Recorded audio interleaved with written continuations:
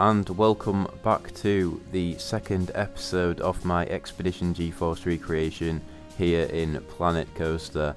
And in this video we're going to be getting the entire layout complete. So yeah, we did work on the first half of the layout in the first episode, so the second episode here obviously we're going to be completing the track layout, and I'd like to say I'm quite happy with how it's gone.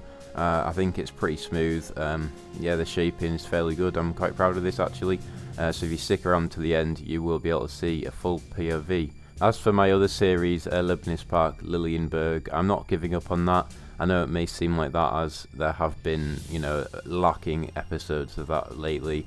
But I am really busy. Obviously schoolwork is coming back because I've been able to get loads of videos out during lockdown. Now I just don't really have the time. In fact, we are going into a second lockdown, but with school continuing, it honestly doesn't feel like that. So I've not lost motivation to build Lilienberg at all. It's just I've had more motivation to build this. I really wanted to get the layout done and see how it's going to look.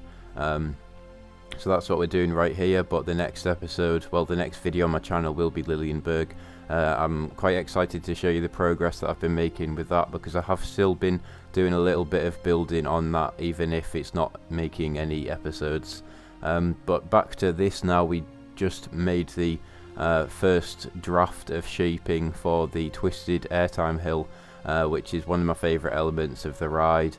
And yeah, the reason I say first draft is because I did have to go back and change the shaping of it again, because it's quite hard to do. I'll explain that, but I'll go into detail about that element later. Right now you can see me building the square track over the top, and I'm using angle snap 1 degrees to get this exactly right. And if you want to know a bit more about what I've done with this, you will already know if you watch the first episode. If not, go and watch the first episode. That'll be the video underneath this one on my channel videos list. But yeah, basically it's just cosmetic. It's not actually on this second track, but we do have to make it exactly lining up so that it looks good.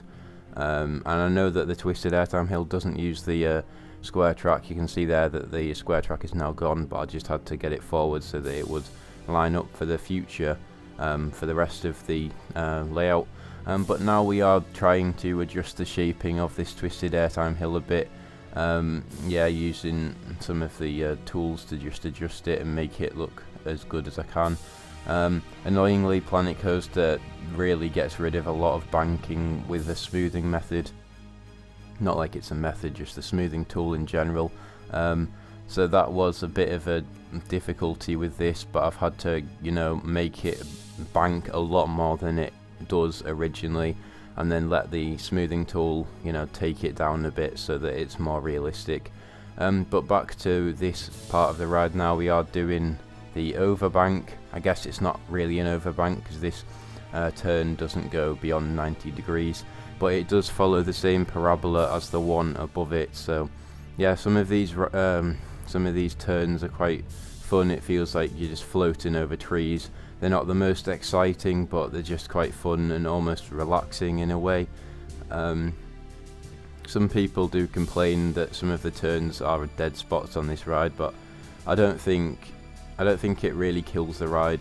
Maybe it's a dead spot. They're not really that intense. They don't have airtime or anything, but I don't mind them. Anyway, yeah, we are making this last little turn leading up to the 4 back-to-back airtime hills, and just now you can see me trying to adjust the track so that it will line up, because the airtime hills, the first 2, are basically on a straight track in line with each other. So I kind of projected the track ahead to make sure that I would get it to roughly line up to where it wanted to be, and then when I was happy with it I would just leave it there. So eventually you'll see me stop doing this thing. Obviously I'm not going to actually build the 20-meter track that just keeps going forward. But yeah, now we go back to this element here, and you can see that there are 2 layers of track overlapping each other, the square track and the track that I'm using for the actual ride system in the game. And I did not really realise what the shaping of this last turn was when I started building it. It has got some pretty weird shaping. I'm not sure what Intamin were doing, but it's fine. Like, I mean, Werner Stengel, I hope it was Werner Stengel that designed this ride. He's a bit of a god, so I'm not really going to question him. But yeah, I just had to adjust the shaping to get it right. I didn't really know too much about what that turn was like. It's a bit weird the way that the exit sort of drops down a little bit further. But just there you saw me making this really janky twisted airtime hill. When I'd done the first round of smoothing, I wasn't happy with how softly it banked. I actually showed this to my brother and he said it didn't look whippy enough, because we did ride it together this summer, and yeah, it's very whippy. So I've had to completely bank it too far so that, I put it at almost 90 degrees and then 90 degrees the other side. And then the smoothing gets rid of that, so it's more realistic. But I'm really happy that on the POV you can see the whip, which really does justify what it is like on this element, because it's really good. And yeah, then we are now coming up to the airtime hills. I'm pretty happy with how that twisted airtime hill is and the other turn, so we are moving on to this, and you can see some floating rocks in the air. And the reason I've done that is just so I can roughly pinpoint where the crests of the hills are, how tall they are and relatively above the ground. I think airtime hills in this game can be quite hard to shape perfectly, so the best thing I can advise to do is, well, especially with recreations, you want to pinpoint where the crest is and where the trough is, and then you can do what I'm doing now and move the track up and down so that the shape looks smooth. Just before there you may have seen me move the track side to side, and yeah, I did move it side to side because I think on the POV there is a slight turn, but also it wasn't really lining up perfectly, and using 1 degree angle snap, it's either going to be too far to the left or too far to the right, so halfway through I had to turn it in a way, if you understand. And I think it does do that on the POV, but it's not very noticeable. I didn't notice it whilst riding, and I think I've made it so that you won't really notice it in the POV either, which I guess is a good thing. And yeah, now we are working backwards. You've just seen the brake run there. I do a bit of adjustments on the brake run later on, just so that it gets the right speed going into there. But yeah, I've done the same thing that I was speaking about before. You can see a small rock and then the archer. So the archer is where the trough should be, and the rock is where the crest should be. So I'm just putting random articles, it doesn't matter what they are, just to pinpoint those important positions. It's like if you're doing maths, when you do graphs, it's like the turning point, completing the square and all that.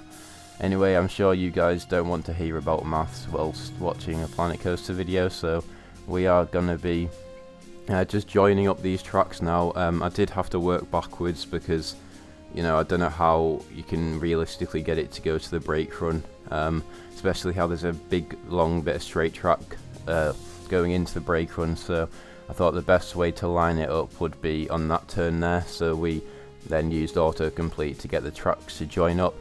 Just now you can see me messing around with the brake run. I did notice that the turn leading into the station was a little bit too shallow.